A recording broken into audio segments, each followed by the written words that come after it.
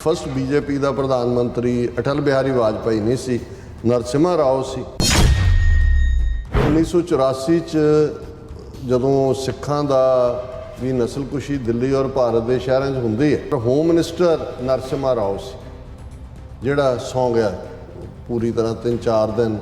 उन्होंने field marshal जिहड़ा अर्जन सिंह जाके मिलिया, अरोड़ा मिलिया, जैल सिंह जिहड़ा वो तरले कर रहा है, वो हो रहा भी हो लैन दो। वही नरसिम्हा राव 1991 तक पहुँचते हैं, जिहड़ा प्राइम मिनिस्टर बन जाता है इंडिया का, 5 साल रहिंदा है, बाद उहदे ते करप्शन के चार्ज भी लगते हैं। हुण उस पीरीयड दे विच ही 6 दसंबर 1992 ਨੂੰ बाबरी मसीत ढाई जाती है।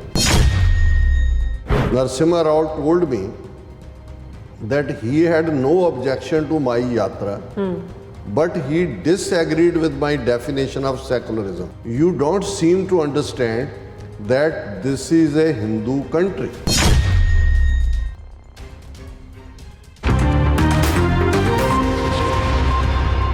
Welcome back to program. So viewers, ਗੱਲਬਾਤ ਕਰਨ ਜਾ ਰਹੇ ਹਾਂ ਕਿ ਸੀਨੀਅਰ ਕਾਂਗਰਸੀ ਨੇਤਾ ਅਤੇ ਸਾਬਕਾ ਮੰਤਰੀ ਮਨੀ ਸ਼ੰਕਰ ਅਈਅਰ ਨੇ ਆਪਣੇ ਜਿਹੜੀ ਸਵੈ ਜੀਵਨੀ ਪ੍ਰਕਾਸ਼ਿਤ ਕੀਤੀ ਹੈ, ਜਿਸ ਵਿੱਚ ਉਸਨੇ ਕਿਹਾ ਹੈ ਕਿ ਭਾਰਤ ਦਾ ਬੀਜੇਪੀ ਦਾ ਪਹਿਲਾ ਪ੍ਰਧਾਨ ਮੰਤਰੀ ਅਟਲ ਬਿਹਾਰੀ ਵਾਜਪਾਈ ਨਹੀਂ ਸੀ, ਸਗੋਂ ਨਰਸਿਮਹਾ ਰਾਓ ਸੀ, ਕਿਉਂਕਿ ਉਹ ਇੱਕ ਫਿਰਕੂ ਹਿੰਦੂ ਸੀ ਅਤੇ ਹਿੰਦੂਤਵਾਦੀ ਵਿਚਾਰਧਾਰਾ ਵਿੱਚ ਜਿਹੜਾ ਯਕੀਨ ਰੱਖਦਾ ਸੀ। ਸੋ ਇਸ ਬਾਰੇ ਆਪਾਂ ਗੱਲਬਾਤ ਕਰਨ ਜਾ ਰਹੇ ਹਾਂ। ਸੋ ਅਸੀਂ ਚਾਹਾਂਗੇ ਕਿ ਤੁਸੀਂ ਇਸੇ ਤਰ੍ਹਾਂ ਬਣੇ ਰਹਿਣਾ, ਦੇਖਣ ਸੁਣ ਲਈ ਜਾਂ ਲਿਖਣ ਲਈ ਤੁਹਾਡਾ ਸਭ ਦਾ ਬਹੁਤ ਧੰਨਵਾਦ ਜੀ। ਰਾਜ ਸਾਹਿਬ ਕੀ ਵਿਚਾਰਾਂ ਨੇ? देखो, मैं पिछले सैगमेंट च इसरो के चेयरमैन को कोट किया कि उन्हें कहा जी वेदां च सी सारा कुछ और वैस्ट ने रीपैकेजिंग की है, और मैं ये कहा कि भी मेरा सोर्स सोशल मीडिया, मैं इन्हू कन्फर्म नहीं कर सकिया। साडी रिसर्च टीम ने मैनू हुणे ही हिंदुस्तान टाइम्स का लिंक भेजा कि पब्लिश स्टोरी है हिंदुस्तान टाइम्स, और ये करैक्ट है। हुण ये तो तुसीं अंदाज़ा ला लो कि इस लैवल के टैंपर वाले जिहड़े ने इन्हां दा की फ्यूचर है। और इन्हां दे ही स्कूलों कॉलेजों दे विच जदों असीं डार्विन की गल करते हैं, डार्विन की थ्योरी ऑफ एवोल्यूशन, उस ते पाबंदी ला दी है। उन्होंने नहीं, ये नहीं भी हिस्टरी वो सारी मुगलों की या दूसरी उही गायब कर रहे हैं, वो सारिਆਂ ਨੂੰ ये बिलीव करा रहे हैं कि भी साडा जिहड़ी ये सभ्यता है इंसानी तारीख 8000 साल तो नहीं शुरू होंदी, कितने लाख साल पहले जब सतयुग हुआ करता था, जब त्रेता हुआ करता था, जब द्वापर हुआ, वो जो 8000 साल नूं वंड लो, उहदे चों सतयुग बना लो, त्रेता बना लो, द्वापर बना लो, कलयुग बना दो। सिक्खी नूं तां कोई प्रॉब्लम, उन्होंने सिक्खी थॉट दे विच एक्सप्लेनेशन है, उन्होंने जो एग्जिस्टिंग फेथ सी उहनूं भी, पर जे गुरु साहब ने डिफाइन किया कलयुग नूं, तो उन्होंने कहा भी एक घड़ी ना मिलते तां कलयुग होता, हुण कद मिली है प्रिय तुध भगवंता, मोए रहन ना विहावे नींद ना आवे, बिन देखे गुर दरबारे जियो। हुण ये है कि भी तू विछड़ जाए, तू एक पल लई ना मिले तां कलयुग हो जाता है। और सानू कोई प्रॉब्लम नहीं है, वो डार्विन दी आ जाए, लमार्किज्म आ जाए, बिग बैंग थ्योरी आ जाए, 7 दिनां दी आ जाए, क्रिश्चियनिटी आंगू कि मंडे ये बनाया ट्यूसडे। सानू इन्ना गुरु ने समझाया कि भाई ये जिहड़ी इंसानी जीवन दी ये दात है रब दी, इस वर्गी होर कोई चीज़ नहीं है कि भी जिस देही को सिमरै देव सा देही पज हर की सेव। कि जिहड़े एंजल्स ने वो भी ड्रीम करते हैं भी असी इंसान बन जाइए, और इस इंसानी जिंदगी नूं सकारता करना है, ठीक पासे लाना है, भई प्रापत मानुख ये है, मन तू जोत स्वरूप है अपना मूल पछाण। हुण क्योंकि इन्हां ने जिस क्राउड नूं ये फीड किया होया है कि जी तुहाडा बहुत ग्रेट सी, उड़न खटोले भी सी, तुहाडे वो जिहड़े ने वो गमलियां च भी बच्चे उगदे सी, 100 कौरव जिहड़े ने वो टेस्ट ट्यूब बेबी सी, गमलियां च गाते सी, है जी।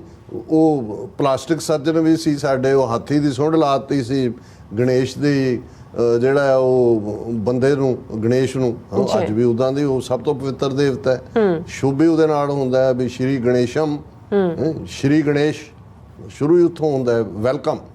ਔਰ ਤੁਸੀਂ ਦੇਖੋਗੇ ਔਰ ਉਹਨੂੰ ਜਿਹੜਾ ਉਹ ਪੂਰਾ ਉਸ ਲਿਹਾਜ਼ ਦੇ ਨਾਲ ਪ੍ਰੈਜ਼ੈਂਟ ਕੀਤਾ। ਹੁਣ ਆਮ ਲੋਕਾਂ 'ਚ ਜਿਨ੍ਹਾਂ ਨੂੰ ਤੁਸੀਂ 4000 ਸਾਲ ਤੋਂ ਡਿਪਰਾਈਵ ਕੀਤਾ ਐਜੂਕੇਸ਼ਨ 'ਚ, ਸਮਝ ਆ ਸਕਦਾ ਜਦੋਂ ਉਸ ਮਿਸ਼ਨ ਦਾ ਜਿਹੜੀ ਸਾਰੀ ਵੈਸਟਰਨ ਟੈਕਨੋਲੋਜੀ, ਰਾਕਟ ਫਿਊਲ ਕੀ ਹੈ ਉਹਨੂੰ कह रहा जी ये वैस्ट ने रीपैकेजिंग की है, सारा कुछ साढ़े वेदां च है, ਇਸ ਮੁਲਕ ਦਾ ਕੀ ਭਵਿੱਖ ਹੈ ਉਸ ਤੋਂ ਤੁਸੀਂ ਅੰਦਾਜ਼ਾ ਲਾ ਸਕਦੇ ਹੋ। ਜੀ ਹੁਣ ਗੱਲ ਹਿੰਦੂਤਵਾਦ ਦੀ ਕਰੀਏ ਵਾਪਸ, ਬੇਸ਼ੱਕ ਜਦੋਂ ਬੀਜੇਪੀ ਦਾ ਰੋਡ ਮੈਪ ਬਿਆਨਿਆ ਜਾਂਦਾ ਹੈ, ਜ਼ਾਹਰ ਹੈ ਆਰਐਸਐਸ 1924-25 ਚ ਹੋਂਦ ਚ ਆਉਂਦੀ ਹੈ ਇੱਕ ਸੋਸ਼ਲ ਆਰਗੇਨਾਈਜੇਸ਼ਨ ਦੇ ਤੌਰ ਤੇ ਹਿੰਦੂਤਵਾਦ ਦੀ ਆਈਡੀਓਲੋਜੀ ਨੂੰ ਸਾਵਰਕਰ, ਲਾਜਪਤ ਰਾਏ ਔਰ ਮਦਨ ਮੋਹਨ ਮਾਲਵੀਆ, ਭਾਵੇਂ ਇਹਨਾਂ ਚੋਂ ਜਿਹੜੇ ਨੇ ਸਾਵਰਕਰ ਜਾਂ ਮਦਨ ਮੋਹਨ ਮਾਲਵੀਆ ਸਿੱਧਾ ਆਰਐਸਐਸ ਦਾ ਉਹ ਹਿੰਦੂ ਮਹਾਸਭਾ ਚ ਆਏ, ਪਰ 1947 ਤੋਂ ਬਾਅਦ ਜਦੋਂ ਅੰਗਰੇਜ਼ ਆ ਗਏ ਉਹਨਾਂ ਨੂੰ ਲੱਗਾ ਕਿ ਵੀ ਜੇ ਹਿੰਦੂਤਵਾਦੀ ਆਈਡੀਓਲੋਜੀ ਨੂੰ ਤੋੜਨਾ ਹੈ ਤਾਂ ਕੋਈ ਪੋਲੀਟੀਕਲ ਪਾਰਟੀ ਚਾਹੀਦੀ। ਸੋ ਜ਼ਾਹਰ ਹੈ ਭਾਰਤੀ ਜਨਸੰਘ ਬਣਾਈ, ਸ਼ਿਆਮਾ ਪ੍ਰਸਾਦ ਮੁਖਰਜੀ ਉਹਦਾ ਪ੍ਰੈਜ਼ੀਡੈਂਟ ਬਣਿਆ, ਪਰ ਉਹਨਾਂ ਦਾ ਕਦੇ ਵੀ ਉਹ ਜਿਹਨੂੰ ਕਹਿੰਦੇ ਨੇ ਕਿ ਕੋਈ ਵੀ ਇਸ ਕਿਸਮ ਦੀ ਸਿਗਨੀਫੀਕੈਂਟ ਉਹਨਾਂ ਦੀ ਪ੍ਰੈਜ਼ੈਂਸ ਨਹੀਂ ਹੋ ਸਕੀ। 5-7 ਸੀਟਾਂ ਉਹਨਾਂ ਦੀਆਂ ਪਾਰਲੀਮੈਂਟ 'ਚ ਹੁੰਦੀਆਂ ਸੀ। ਓਪਰਚੁਨਿਟੀ ਇਹਨਾਂ ਨੇ ਅਵੇਲ ਕੀਤੀ ਜਦੋਂ ਜੈ ਪ੍ਰਕਾਸ਼ ਨਾਰਾਇਣ ਨੇ ਇੰਦਰਾ ਗਾਂਧੀ ਦੇ ਖਿਲਾਫ ਜਦੋਂ ਐਂਟਾਈ ਇੰਦਰਾ ਮੂਵ ਕਿ ਕਰਪਟ ਹੈ ਔਰ ਉਹਦਾ ਨਾਂ ਹੀ ਉਹਨੇ ਰੱਖਿਆ ਪੂਰਨ ਕ੍ਰਾਂਤੀ, ਟੋਟਲ ਰੈਵੋਲੂਸ਼ਨ।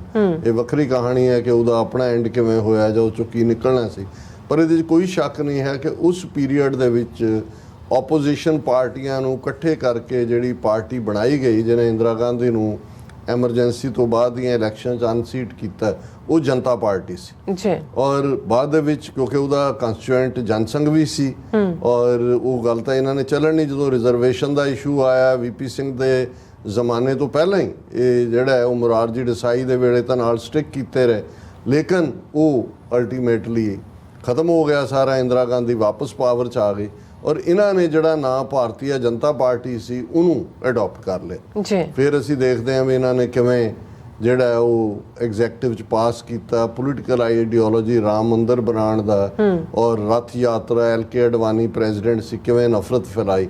ਔਰ ਉਸ ਸਾਰੇ ਤੋਂ ਚਲਦਿਆਂ ਜੇ ਅਸੀਂ 1996-97 ਤੱਕ ਅਸੀਂ ਪਹੁੰਚ ਜਾਈਏ ਤੇ ਵਾਜਪਾਈ ਜਿਹੜਾ 3 ਵਾਰ ਪ੍ਰਧਾਨ ਮੰਤਰੀ ਬਣਦਾ, ਇੱਕ ਵਾਰੀ 13 ਦਿਨ ਲਈ, ਇੱਕ ਵਾਰੀ 13 ਮਹੀਨੇ ਲਈ, ਫਿਰ 5 ਸਾਲ ਲਈ।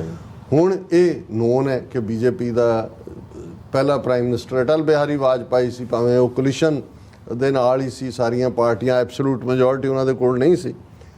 ਮਨੀ ਸ਼ੰਕਰ ਆਇਰ ਬਹੁਤ ਵੱਡਾ ਨਾਂ ਹੈ, ਇਹ ਫੋਰਨ ਸਰਵਿਸ ਦਾ ਡਿਪਲੋਮੈਟ ਸੀ, ਪਾਕਿਸਤਾਨ ਦੇ ਵਿੱਚ ਵੀ ਅੱਜ ਵੀ ਪਪੂਲਰ ਹੈ, ਕਰਾਚੀ ਦੇ ਵਿੱਚ ਡਿਪਲੋਮੈਟ ਰਿਹਾ, ਰਾਜੀਵ ਗਾਂਧੀ ਦਾ ਕਾਫੀ ਨੇੜੇ ਸੀ ਔਰ ਮਨਮੋਹਨ ਸਿੰਘ ਦੀ ਸਰਕਾਰ ਵੇਲੇ ਮਿਨਿਸਟਰ ਵੀ ਰਿਹਾ ਔਰ ਬੜਾ ਵੋਕਲ ਉਹ ਮਾਈਨੋਰਟੀਜ਼ ਦਾ ਇਸ਼ੂ ਔਰ ਉਹ ਐਡਵੋਕੇਟ ਹਮੇਸ਼ਾ ਕਰਦਾ ਕਿ ਵੀ ਪਾਕਿਸਤਾਨ ਦੇ ਨਾਲ ਜਿਹੜੇ ਮਸਲੇ ਨੇ ਉਹ ਗੱਲਬਾਤ ਰਾਹੀਂ ਹੱਲ ਕਰੋ। ਇਵੇਂ ਹੀ ਨਵੰਬਰ 84 ਦੇ ਵਿੱਚ ਵੀ ਸਿੱਖ ਨਸਲਕੁਸ਼ੀ ਦੇ ਖਿਲਾਫ ਉਹਨੇ ਆਵਾਜ਼ ਚੁੱਕੀ ਜੀ। ਹੁਣ 1984 ਚ ਜਦੋਂ ਸਿੱਖਾਂ ਦੀ ਨਸਲਕੁਸ਼ੀ ਦਿੱਲੀ ਔਰ ਭਾਰਤ ਦੇ ਸ਼ਹਿਰਾਂ 'ਚ ਹੁੰਦੀ ਹੈ, ਰਾਜੀਵ ਗਾਂਧੀ ਨੇ ਤਾਂ ਤਾਜ਼ੀ ਸਹੁੰ ਚੁੱਕੀ, ਪ੍ਰਧਾਨ ਮੰਤਰੀ ਦੀ ਗਿਆਨੀ ਜ਼ੈਲ ਸਿੰਘ ਨੇ ਚੁਕਾਈ, ਪਰ ਹੋਮ ਮਿਨਿਸਟਰ ਨਰਸਿਮਹਾ ਰਾਓ ਸੀ ਜਿਹੜਾ ਸੌਂ ਗਿਆ ਪੂਰੀ ਤਰ੍ਹਾਂ। 3-4 ਦਿਨ ਉਹਨੂੰ ਫੀਲਡ ਮਾਰਸ਼ਲ ਜਿਹੜਾ ਹੈ ਅਰਜਨ ਸਿੰਘ ਜਾ ਕੇ ਮਿਲਿਆ, ਅਰੋੜਾ ਮਿਲਿਆ, ਜ਼ੈਲ ਸਿੰਘ ਜਿਹੜਾ ਉਹ ਤਰਲੇ ਕਰ ਰਿਹਾ, ਉਹ ਹੋ ਰਿਹਾ ਵੀ ਹੋ ਲੈਣ ਦਿਓ।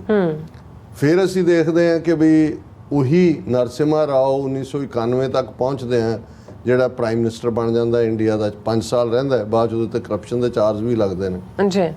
ਹੁਣ ਉਸ ਪੀਰੀਅਡ ਦੇ ਵਿੱਚ ਹੀ 6 ਦਸੰਬਰ 1992 ਨੂੰ ਬਾਬਰੀ ਮਸਜਿਦ ਢਾਈ ਜਾਂਦੀ ਹੈ ਔਰ ਉਹ ਫਿਰ ਸੁੱਤਾ ਹੁੰਦਾ, ਹਾਲਾਂਕਿ ਸੁਪਰੀਮ ਕੋਰਟ ਦੇ ਫੈਸਲੇ ਇੱਧਰ ਉੱਧਰ।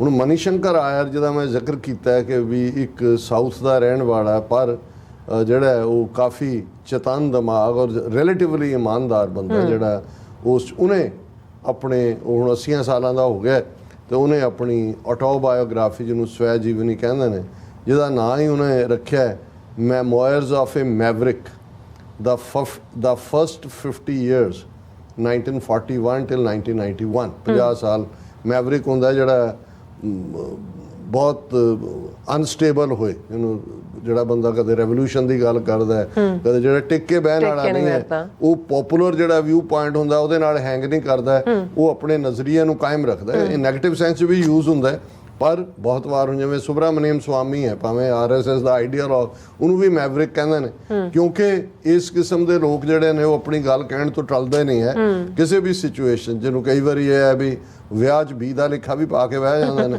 ਉਹਨਾਂ ਨੂੰ ਮੈਵਰਿਕ ਕਹਿੰਦੇ। ਹੁਣ ਉਹਦੇ 'ਚ ਜਿਹੜੀ ਗੱਲ ਹੈ ਦੇਖਣ ਵਾਲੀ, ਜਿਹੜੀ ਫਿਰ ਇਹ ਐਕਸਪਲੇਨ, ਹਾਲਾਂ ਅਜੇ ਕਿਤਾਬ 'ਚ ਪਤਾ ਨਹੀਂ ਨਵੰਬਰ 84 ਦੇ ਹਵਾਲੇ ਨਾਲ ਕੁਝ ਕਿਹਾ ਗਿਆ ਕਿ ਨਹੀਂ, ਕਿਉਂਕਿ ਬੁੱਕ ਲਾਂਚ ਫੰਕਸ਼ਨ ਸੀ, ਬਹੁਤ ਸਾਰਾ ਮੀਡੀਆ ਸੀ, ਕਾਂਗਰਸ ਦੇ ਵੱਡੇ ਵੱਡੇ ਲੀਡਰ ਸੀ, ਡਿਪਲੋਮੈਟ ਸੀ, ਔਰ ਜਿਹੜੀ ਹੈਡਲਾਈਨ PTI ਦੀ ਹੈ, ਸਰਕਾਰੀ ਨਿਊਜ਼ ਏਜੰਸੀ ਦੀ, ਅੱਛਾ, Manishankar Aiyar calls ex prime minister Narasimha Rao communal ਫਿਰਕੂ, describes him as first BJP prime minister. ਉਹ ਇਹ ਕਹਿੰਦਾ ਹੈ ਵੀ ਫਸਟ BJP ਦਾ ਪ੍ਰਧਾਨ ਮੰਤਰੀ ਅਟਲ ਬਿਹਾਰੀ ਵਾਜਪਾਈ ਨਹੀਂ ਸੀ, ਨਰਸਿਮਹਾ ਰਾਓ ਸੀ। ਔਰ ਉਹਦੇ 'ਚ ਫਿਰ ਉਹਨੇ ਐਕਸਪਲੇਨ ਕੀਤਾ ਵੀ ਉਹਨੇ ਕਿਵੇਂ ਉਹਦਾ ਰੋਲ ਰਿਹਾ, ਔਰ ਉਹਦੇ 'ਚ ਉਹਨੇ ਇਸ ਗੱਲ ਨੂੰ ਕਿਹਾ ਕਿ ਵੀ ਉਹਨੇ ਕਿਹਾ ਵੀ ਜਦੋਂ ਇਹ ਬਾਬਰੀ ਮਸਜਿਦ ਢਾਈ ਗਈ ਔਰ ਦੂਜੀ, ਔਰ ਮੈਂ ਇਸ ਦੇ ਉੱਤੇ ਫੈਸਲਾ ਕੀਤਾ ਕਿ ਮੈਂ ਰਾਮ ਰਹੀਮ ਯਾਤਰਾ ਕਰਨੀ ਹੈ, ਕਿ ਵੀ ਹੁਣ ਕਿ ਵੀ ਇੱਕੋ ਹੀ ਹੈ ਹਿੰਦੂ ਮੁਸਲਮਾਨ ਜਿਹੜੇ, ਉਹਨਾਂ 'ਚ ਆਪਸੀ ਨਾ ਹੋਏ। ਤੇ ਨਰਸਿਮਹਾ ਰਾਓ ਨੇ ਮੈਨੂੰ ਸੱਦਿਆ। ਹੁਣ ਮੈਂ ਉਹਦੇ ਲਫ਼ਜ਼ਾਂ 'ਚ ਜਿਹੜੇ ਉਹਨੇ ਉਸ press conference K, Narasimha Rao told me that he had no objection to my yatra, but he disagreed with my definition of secularism, ਕਿ ਜੋ ਮੈਂ ਸੈਕੂਲਰਿਜ਼ਮ ਨੂੰ ਡਿਫਾਈਨ ਕਰਦਾ ਹੈ, ਉਹਨੇ ਕਿਹਾ ਜੀ ਮੈਂ ਇਹਦੇ ਨਾਲ ਸਹਿਮਤ ਨਹੀਂ।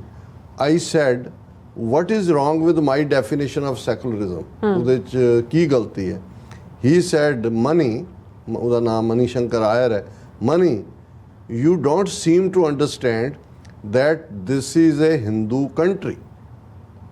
I sat up in my chair and said that is exactly what the BJP says. ਕਹਿੰਦਾ ਮੈਨੂੰ ਨਰਸਿਮਹਾ ਰਾਓ ਕਹਿੰਦਾ ਵੀ ਤੇਰੀ ਸੈਕੂਲਰਿਜ਼ਮ ਦੀ ਡੈਫੀਨੇਸ਼ਨ ਠੀਕ ਨਹੀਂ ਹੈ, ਤੈਨੂੰ ਪਤਾ ਹੋਣਾ ਚਾਹੀਦਾ ਵੀ ਇਹ ਤਾਂ ਹਿੰਦੂ ਕੰਟਰੀ ਹੈ। ਕਹਿੰਦਾ ਮੈਂ ਖੜਾ ਹੋ ਗਿਆ ਕੁਰਸੀ ਤੋਂ, ਮੈਂ ਕਿਹਾ ਵੀ ਆਹੀ ਗੱਲ BJP ਕਹਿੰਦੀ।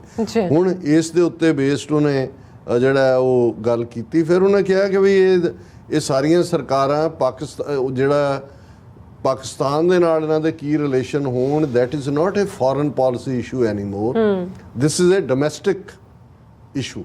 ਕਿਉਂਕਿ ਤੁਸੀਂ ਲੋਕਾਂ ਨੂੰ ਇੰਨੀ ਇੱਕ ਹੇਟ ਫੀਡ ਕੀਤੀ ਹੋਈ ਹੈ ਕਿ ਵੀ ਤੁਸੀਂ ਪਾਕਿਸਤਾਨ ਦੇ ਨਾਲ, ਉਹਨਾਂ ਨੇ ਕਿਹਾ ਕਿ ਵੀ ਮੈਂ ਕਰਾਚੀ 'ਚ ਸੀ ਜਦੋਂ, ਤੇ ਅਸੀਂ ਜਿਹੜਾ ਉਹ ਨਿਕਲ ਰਹੇ ਸੀ, we were coming back from a dinner one day when my wife Sunit asked me a question that reverberated in my mind in my stay in Karachi. This is an enemy country, right? ਉਹਨੂੰ ਕਰਾਚੀ 'ਚ ਉਹਨੇ ਕਿਹਾ ਜੀ ਦੁਸ਼ਮਣ ਦਾ ਮੁਲਕ ਹੈ। ਫਿਰ ਉਹਨੇ ਕਿਹਾ ਕਿ ਵੀ ਮੈਂ ਜਦੋਂ ਇਸ 3 ਸਾਲ ਮੈਂ ਉੱਥੇ ਰਿਹਾ ਔਰ ਪਿਛਲੇ 40 ਸਾਲ ਤੋਂ ਮੈਂ ਇਹ ਸਵਾਲ ਅੱਜ ਵੀ ਮੇਰੇ ਦਿਮਾਗ 'ਚ ਹੈ ਕਿ is Pakistan an enemy country, ਕਿ ਪਾਕਿਸਤਾਨ ਕੋਈ ਦੁਸ਼ਮਣ ਦੇਸ਼ ਹੈ? My short answer to that is that Pakistanis are not enemy, ਕਿ ਉਹ ਦੁਸ਼ਮਣ ਨਹੀਂ ਨੇ, they are not enemy people. The government of Pakistan does a lot of things. ਗਵਰਨਮੈਂਟਾਂ ਇੱਕ ਦੂਜੇ ਨੂੰ ਪਰਟਰਬ ਕਰਨ ਲਈ ਕਰਦੀਆਂ ਨੇ, but how far they reacting to us and how far they provoking us. When it comes to Pakistan, we have the courage to carry out surgical strike against them, but we don't have the guts to sit across the table and talk to a Pakistan. ਉਹਨੇ ਕਿਹਾ ਜੀ ਅਸੀਂ ਇੰਨੇ ਸਾਡੇ 'ਚ guts ਨਹੀਂ ਹੈਗੇ ਕਿ ਅਸੀਂ ਟੇਬਲ 'ਤੇ ਬਹਿ ਕੇ ਗੱਲਬਾਤ ਕਰੀਏ, ਅਸੀਂ ਇਹ ਬੜੀਆਂ ਜਿਹੜੀ ਹੈ ਉਹ ਸ਼ੇਖੀਆਂ ਮਾਰਦੇ ਹਾਂ ਜੇ ਅਸੀਂ ਸਰਜੀਕਲ ਸਟ੍ਰਾਈਕ ਕਰ ਦਿੱਤੀ। ਔਰ ਉਹਨੇ ਕਿਹਾ ਕਿ Aiyar asserted increasingly Pakistan ceased to be a foreign policy issue and became a domestic one. ਹੁਣ ਇਹ ਦੇਖਣ ਵਾਲੀ ਗੱਲ ਹੋਏਗੀ ਕਿ ਆਉਣ ਵਾਲੇ ਪੀਰੀਅਡ ਜਦੋਂ ਇਹ ਸਾਰੀ ਕਿਤਾਬ ਦੀ ਅੱਗੋਂ ਐਕਸਰਪਟ ਆਉਂਦੇ ਨੇ ਕਿ ਵੀ ਨਵੰਬਰ 84 'ਚ ਨਰਸਿਮਹਾ ਰਾਓ ਦਾ ਕੀ ਰੋਲ ਸੀ, ਜੇ ਇਹਦੇ ਤੇ ਵੀ ਹੁੰਦਾ। ਇਹ ਤਾਂ ਇਹਨੇ ਕਹਿ ਦਿੱਤਾ, ਸਾਰੇ ਹੀ ਕਾਂਗਰਸੀ ਦੇ ਬੈਠੇ ਨੇ ਕਿ ਬਈ ਉਹ ਹਿੰਦੂਤਵੀ ਮਾਈਂਡਸੈਟ ਸੀ, ਉਹ ਪਹਿਲਾਂ ਕਿਸੇ ਨੂੰ ਭੁਲੇਖਾ ਵੀ ਨਹੀਂ ਸੀ। ਜੋ ਨਵੰਬਰ 84 'ਚ ਕੀਤਾ ਉਹ ਤਾਂ ਹੈ ਹੀ ਸੀ। ਜਿਵੇਂ ਬਾਬਰੀ ਮਸਜਿਦ ਢਾਣ ਵੇਲੇ 3 ਦਿਨ ਜਦੋਂ ਕਿਸੇ ਦੀ ਕਾਲ ਆਏ ਕਿ ਹੋ ਰਿਹਾ, ਉਹਨੇ ਆਪਣੇ ਉਹ ਪੀਏ ਨੂੰ ਕਿਹਾ, ਉਹਨੇ ਕਿਹਾ ਜੀ ਰਾਓ ਸਾਹਿਬ सोए हुए हैं, वो सुता ही हुआ है। उन्होंने कहा जी उनकी तबीयत ठीक नहीं है, वो सोए हुए हैं। जी राज साहब, थोड़ा बहुत बहुत शुक्रिया। इस वक्त ब्रेक व्यूअर्स तो बने रहना, मिलते हैं छोटे जे ब्रेक तो बाद।